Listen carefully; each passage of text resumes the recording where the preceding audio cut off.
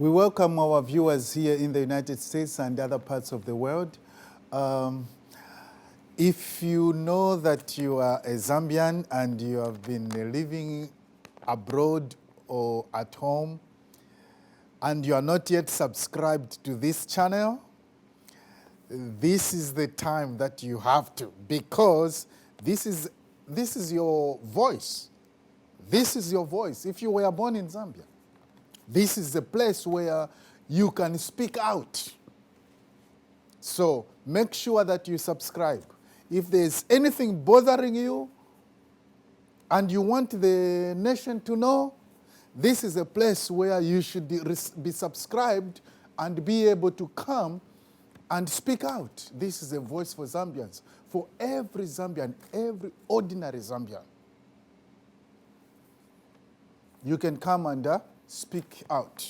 So make sure that you are subscribed and you like the channel so that other Zambians can know what is going on. Today we are going to be talking about free education. Free education is good. You see, I know that I went to school with a free education.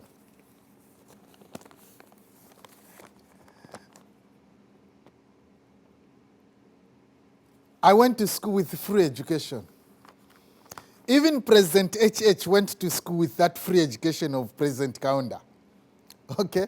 So we have to talk about free education. I am a beneficiary of free education. I come from a poor background. So I am a beneficiary of free education. I am here because I benefited from free education. And I would be happy to see my friends, relatives, ancestors, not ancestors. My family connections, my family, extended family, my country, my tribe, other tribes. You know, we have got 74 languages in Zambia. And all that, I'll be happy to see them benefit from free education. And that is why today we have to talk about this free education. Because we know that President Hakainde Hichilema has introduced free education. It's a good thing. You know, anything good, we appreciate. Anything adding value to Zambians, we appreciate. It doesn't matter our differences in tribe, in political affiliations, or in political associations, or in friends, or whatever. Whatever is dividing us is still less than what is uniting us. What is uniting us is more, because we were all born in Zambia. We are all Zambians, okay? We are all one people. We are all one nation. This is why I like to go back to the time of President Kaunda, you know, because I was still grown up at that time, you know. I was in a position to understand what was going on in the country. So it's not like I was a small boy or I wasn't born at that time. No. Even I have to make this thing clear, because the majority of the population in Zambia now are below 35 years old, meaning that most of them were not there when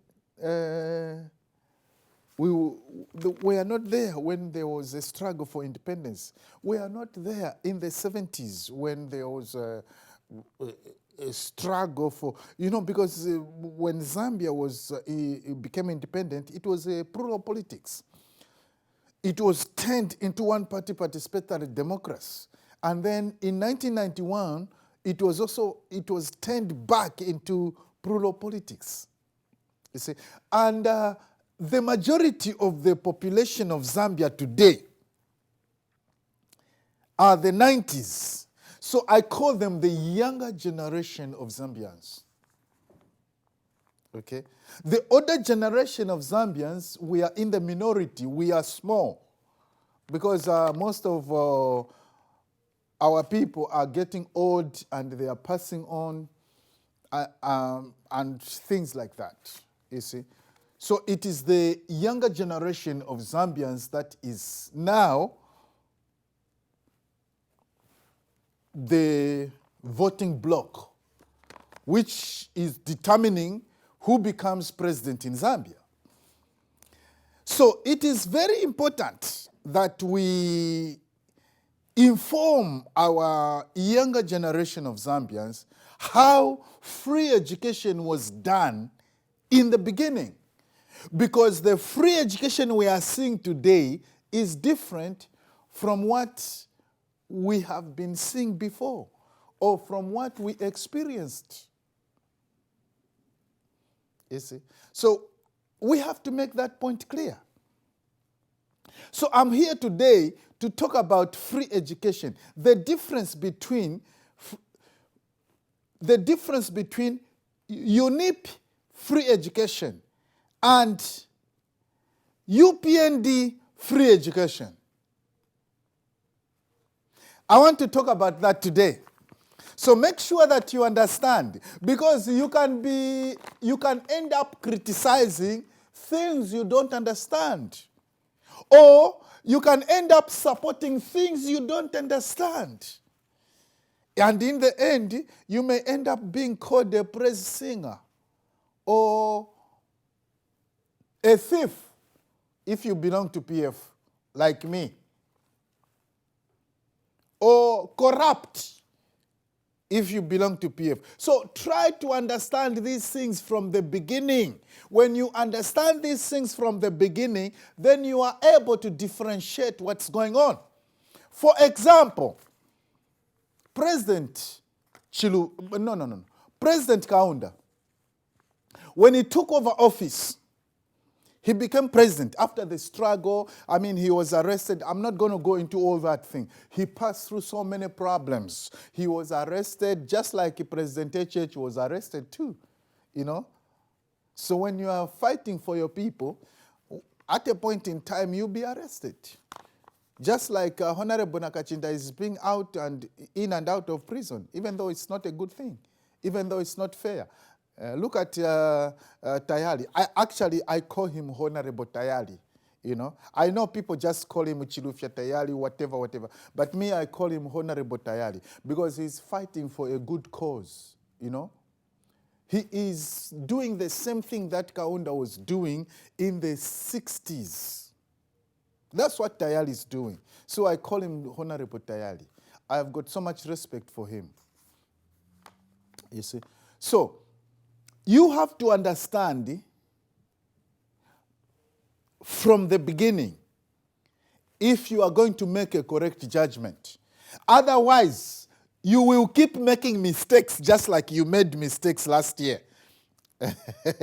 You voted hoping that you were going to get a job. You voted hoping that you were going to be empowered. You voted hoping that things will change. You voted thinking that Milimi will be costing 50 kwacha. You voted because you thought that fertilizer is going to cost 250 kwacha. You voted and you voted and you voted, thinking that there will be no load shedding. You voted thinking that, Kazungula was built in 2023. You voted just like that because you thought Kazungula was built in 2023 or 2022 in December. That's how you voted.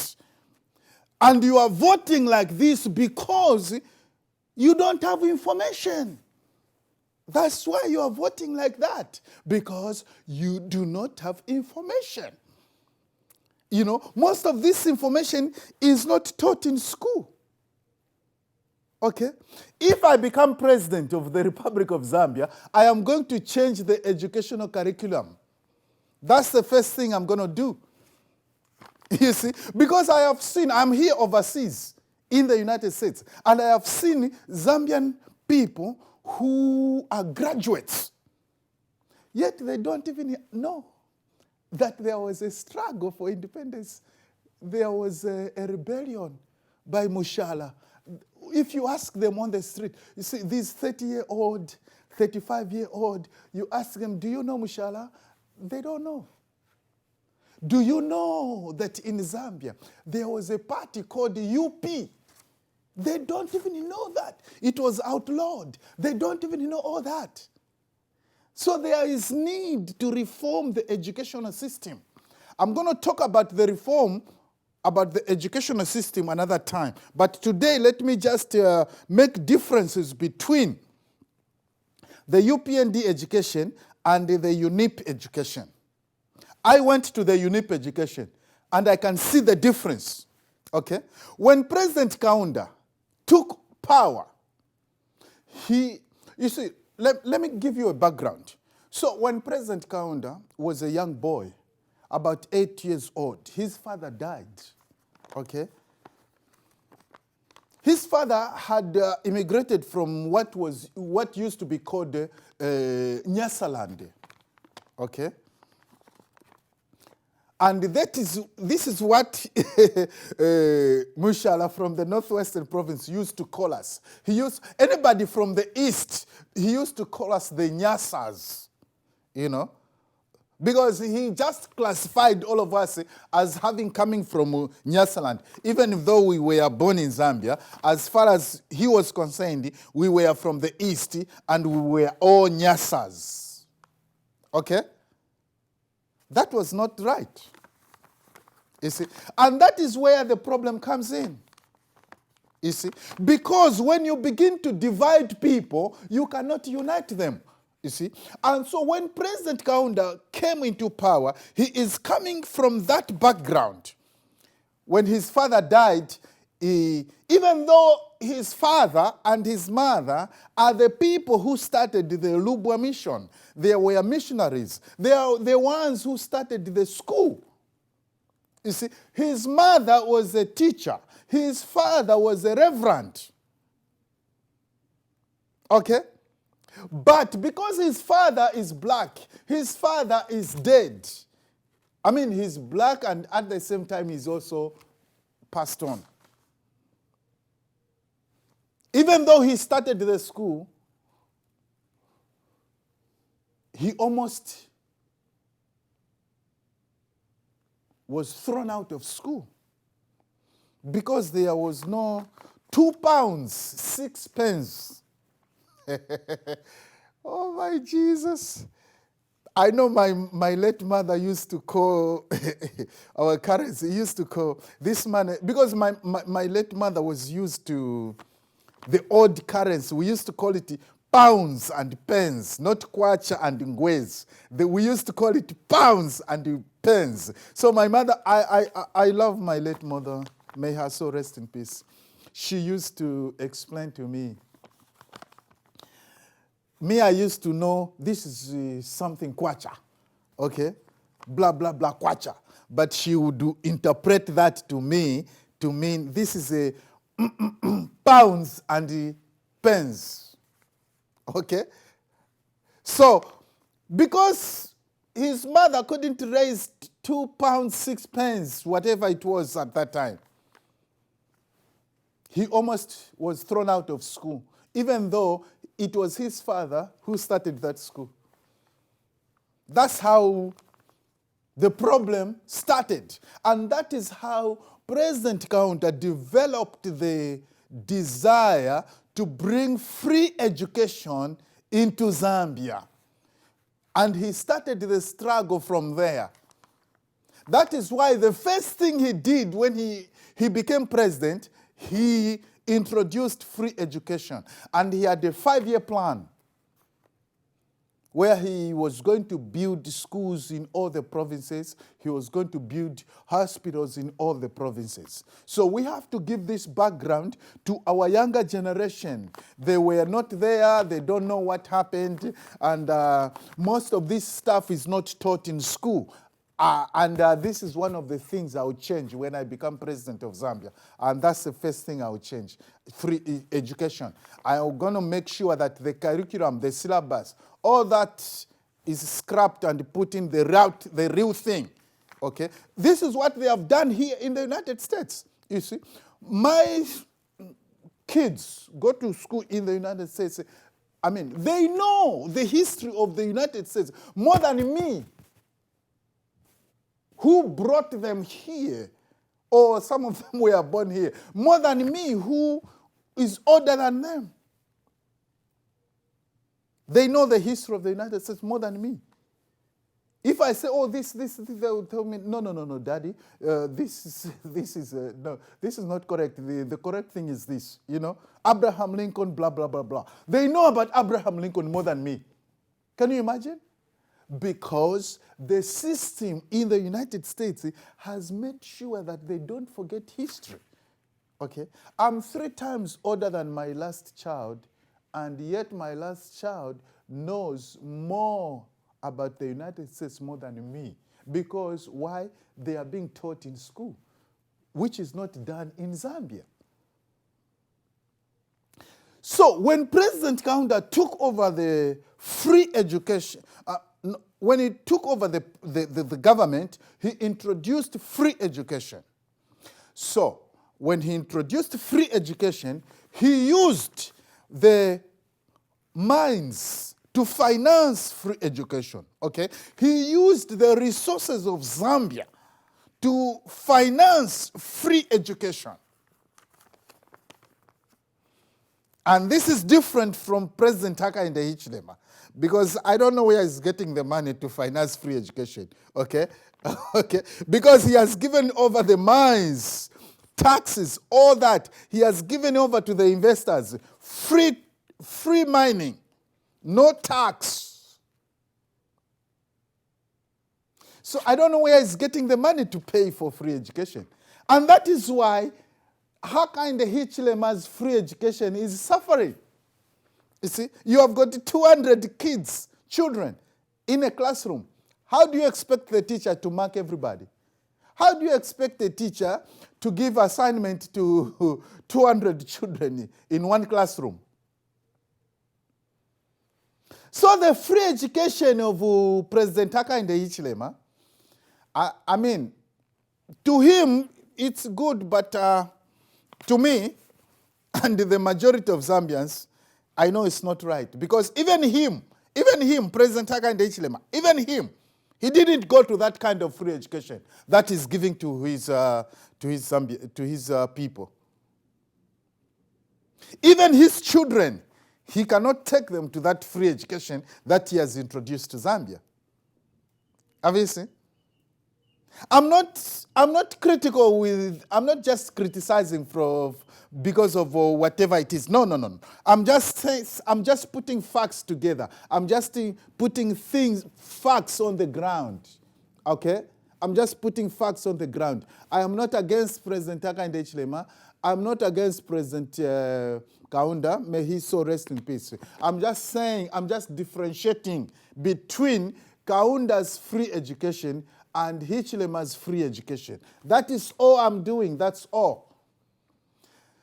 President Kaunda's free education was financed by the minerals of Zambia. Zambia is the 3rd copper producing country in the whole world, okay? Let me repeat that, in the whole world. If people don't know, let me put it on record. And the 3rd copper producing country in the whole world, we are not supposed to be suffering. We are not supposed to be passing through what we are passing through, okay? if there is only proper management of resources. You see? So President Kaunda took over the country. I mean, at that time when he was taking over the country, right, in case you don't know, there were only 100 university graduates, okay? Now, the colonial masters had been ruling the country for over almost about 70 years of colonial rule. Only produced 100 university graduates. And out of that 100 university graduates, only 3 were medical doctors, okay? Only 3 were medical doctors, okay? So, by the time he was leaving office in 1991, there were over 35,000 university graduates. Okay? So I can, to me, I know I voted against him in 1991. I voted against President Kaunda. But you know what? If I was going to vote again, I was going to change that vote. Okay, I was going to change that vote because I'm regretting my vote. Okay, I'm regretting the vote I voted against President Kaunda in 1991. I am regretting. Why am I saying these things? It's because after I voted against President Kaunda, Zambia was sold. Everybody, it was Sangwapo, okay? And for 20 years, it was just Sangwapo. It was only at the end of the 20 years, that it was like in the middle of the 20 years, we begin to see the fruits of what they call liberalized economy, okay? I love President Chilwa. I voted for him. But whatever he was doing didn't bear fruits for the ordinary Zambians to benefit. And why am I saying this? It's because even what HH is doing now, right, isn't going to bear fruit in his tenure. Okay? He isn't going to bear fruit in his tenure. He may be doing the right things at the top and blaming the civil servants that they are not cooperating. No, it's not that. The truth of the matter is that it takes years for what he is doing now to bear fruit. And that is why he wasn't supposed to be doing what he's doing. He was supposed to take whatever was good that was done by PF and continue with that and slowly begin to change to his liking. You see, and at that time, he may not even be the president, but he may have maybe one of the people from his party could have continued his policy. That's how things are done. You see, because a government is not just run like a company. I have got a small business, okay? I have got a small business in New York City, you know, so I deal with chemicals, you know, and cleaning. The way I'm running my small business is not the way a country is run. A country has got so, it is a multi-institutional process, you know, system. It's a multi-institutional system. There are so many vast systems, complicated systems to run a government. Not to like a company. In a company, I can just instruct people. Okay, I need you to go to this place and do this job. I need you to go to that place and do that job. You see, it's a company. But when it comes to a country, it's a multifaceted institutional system. So you cannot just run like that. This is why you see that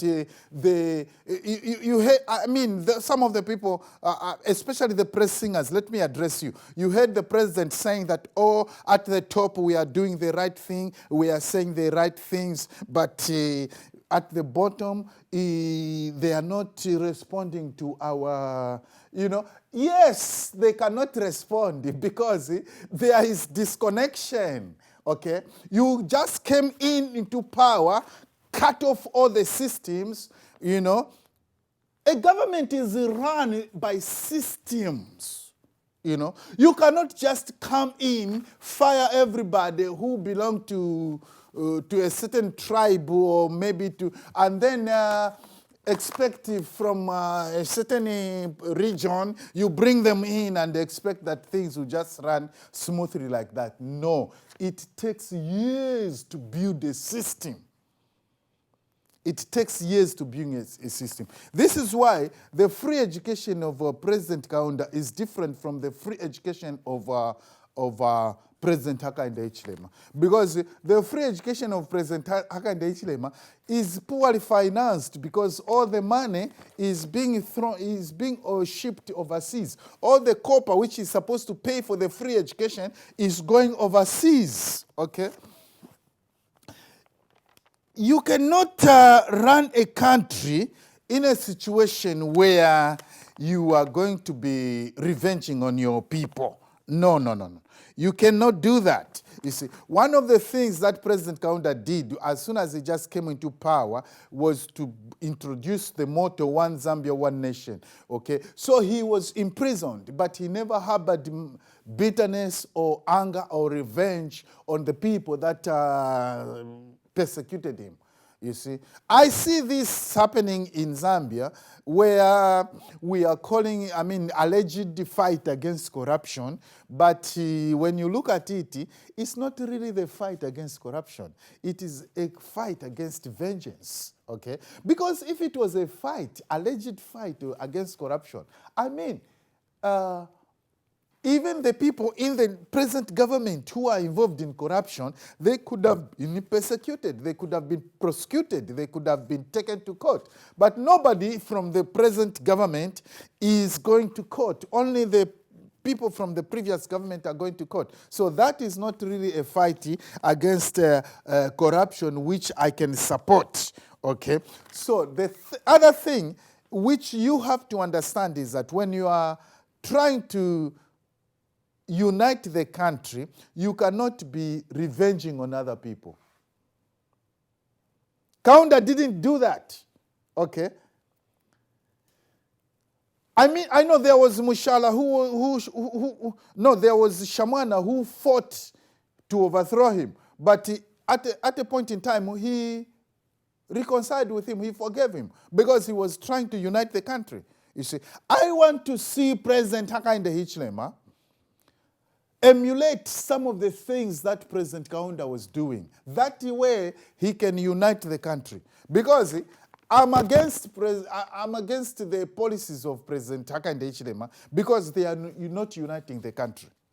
You see, this is why I cannot vote for UPND, I cannot vote for him, and I cannot support his policies because they are dividing the country, okay? So they are making, like if you belong to PF, they look at you like evil. They look at you like a thief. No. The people who belong to PF, right, they were born in Zambia. The people who belong to UNIP, right, they were born in Zambia. The people who belong to UPND, they were born in Zambia. Okay. So we are Zambians first before we are affiliated to other political parties. But the way it is now, if you belong to PF, they look at you like a thief. If I'm wearing a suit like this, they say, oh, this is proceeds of crime. No. You cannot tell me that all the people who belong to PF and they are rich, they are proceeds of crime. No. And this is why people are afraid to bring money to Zambia, because they're going to take it away. You see, for example, James Ndambo, he brought in some kind of a program to help Zambians. And he was frustrated because they were considered as proceeds of crime. No, no, no, no, no, no, no. No, no, no, no. Let us unite and be one people. You see, let's bring back the motto, One Zambia, One Nation. Because One Zambia, One Nation is just on paper now and just on the coat of arms. That's all. It's, in real life, it's not like that. So, I haven't exhausted my program today. And I'm asking you to make sure that you subscribe, you like, and you leave your comments. You can contact me if you want to appear on this program. Let me know, so that if you have got something to say which you want the Zambians to know, you can appear on this program. So let me know what you think. You see, we're going to continue this program next week, and may God bless Zambia. God bless the president. God bless all the Zambians. God bless the whole world. Thank you for listening.